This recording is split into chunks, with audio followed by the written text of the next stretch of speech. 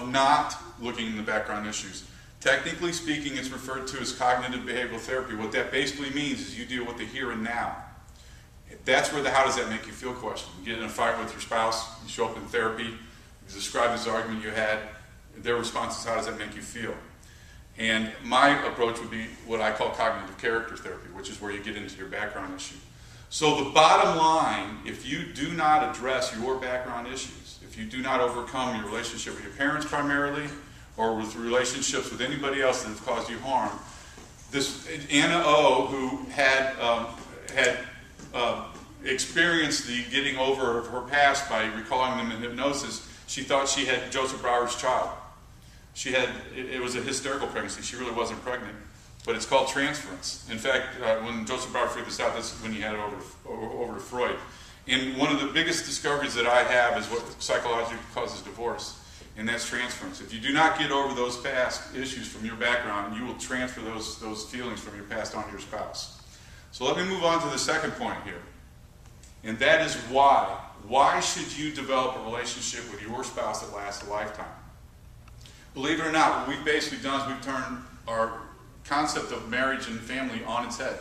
That used to be the most significant part of our lives, and now it's the least significant part, which is why we've got our culture of divorce. How many of you have read the book Many Lives, Many Masters by Brian Weiss? Now, this brings up a nasty word to the general public, and one of my objectives is to make it not such a nasty word, but it's the notion of spirituality.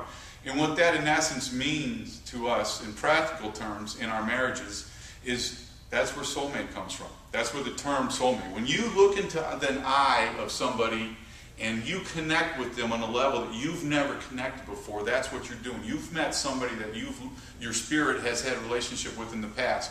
And if you abuse that relationship, you have to make up for that abuse in the future, sometime in the future. So the point is our marriages are much more important than how much money we make or how good looking we are, or vice versa, what I call the two false gods. It transcends the here and now. In fact, the Age of Aquarius, that song in the movie Hair from the 60s, we're in the age of spirituality, Age of Aquarius. So the conclusion of this point is you can either join this new age, this new approach to life, treating someone else like you would want to be treated, or you'll be left behind and unfortunately you have to make up for it in the future. My third point I'd like to go over is a poem. But before I recite this poem to you, I would like to follow up on my offer of allowing you to learn further. This is very important to me because I think that I've solved the marriage problem with this book that I've written, Equality, The Quest for the Happy Marriage. I am not trying to sell you this book. I'm trying to get you to read this book. This book, by the time you're through with it, you will have a new understanding of your marriage and your relationship with not only your spouse, but with yourself. Like Shannon said in the introduction, this is the only book that addresses marriages mentally. I know there's a lot out there, 149,000 therapists in this country. Not a single one of them has written a book that addresses marriages mentally. They're behavioral advice. John and Jane Doe don't get along, followed by date night. If I see another recommendation of date night as the savior for marriages, I think I will. Never mind, I won't conclude that point. The book retails for $39. For today's event, I have an event special only on this book, $31, 20% off, and no shipping and handling. If you buy it off my website or off of Amazon, then you have to pay shipping and handling. So you can get this book today for 30% off. And again, I'm not trying to sell it to you, I'm trying to get you to read the book. And to demonstrate further my commitment to you, I'm also offering a special event offering for today, a 2-month teleseminar. Once a week, takes about an hour and a half. I will work through with you for 2 months the content of this book to basically integrate your personal life into this book so that you know the points that I'm making in each of the sections of the book and how they pertain to your life. And I've done this with couples before, and it has changed the path of these relationships. This is a $1,200 value. If you go and spend this amount of time with a professional psychologist, it's $1,200 at minimum. I'm offering it to you today for $297. So when I finish with my poem, I'd like for you to follow with me in the back of the room, if that's okay. So let me conclude with a poem that I think really brings this entire message home.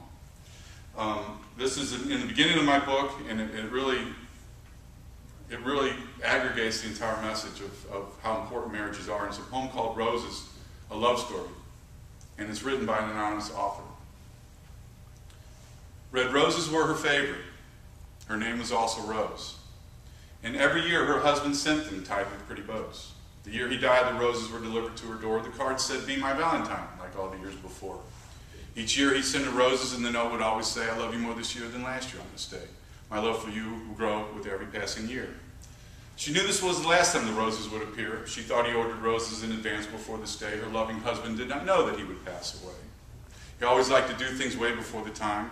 Then if he got too busy, everything would work out fine. She trimmed the stems and placed them in a very special vase, and placed the vase beside the portrait of a smiling face. She would sit for hours in her husband's favorite chair while staring at his portrait in the picture sitting there. A year went by, and it was hard to live without her mate, with loneliness and solitude that had become her fate. Then, the very hours on Valentine's before, the doorbell rang, and there were roses sitting by her door. She brought these roses in and just stared at them in shock. Then went to get the telephone to call the florist shop. "I know it's been a year since your husband's passed away. The owner said I knew you'd call and you would want to know. The roses you received today were paid for in advance. Your husband never always planned ahead. He left nothing to chance. There is a standing order that I haven't filed down here, and he's paid well in advance. You'll get them every year. There's another thing that I think you should know. He wrote a special little note. He did this years ago. Then should ever I find out that he's no longer here, this is the note that should be sent to you the following year." She thanked him and hung up the phone, her tears now flowing hard, her fingers shaking as she slowly read the card. Inside the card she noticed that he had written her a note.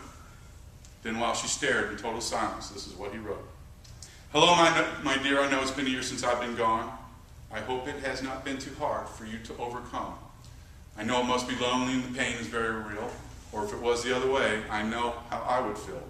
The love we shared made everything so beautiful in life. I loved you more than words could say. You were the perfect wife. You were my friend and lover. You fulfilled my every need. I know it must be lonely, but please try not to grieve.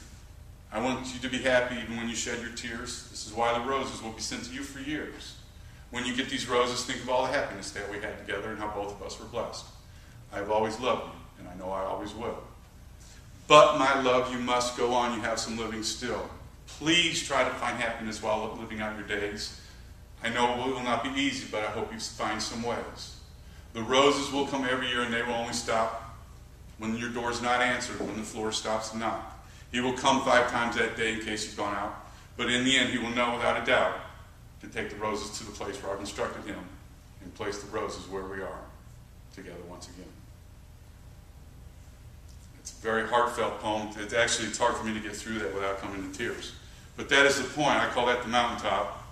That is where we're trying to go with our marriages. And it's really important that we realize that we've lost our path to the most significant part of our life, and that's our relationship with our spouse. We've come up with so many different ways on making excuses on why we should get divorced. In fact, I find it humorous that even infidelity is, from the professional's perspective, taken for granted. I can show you a book that where the author justifies cheating on your spouse, whether she's included or not. I can show you a USA Today article where the genesis of the article is that men are genetically predisposed to cheat on their spouse. This is the message that you get from the professionals.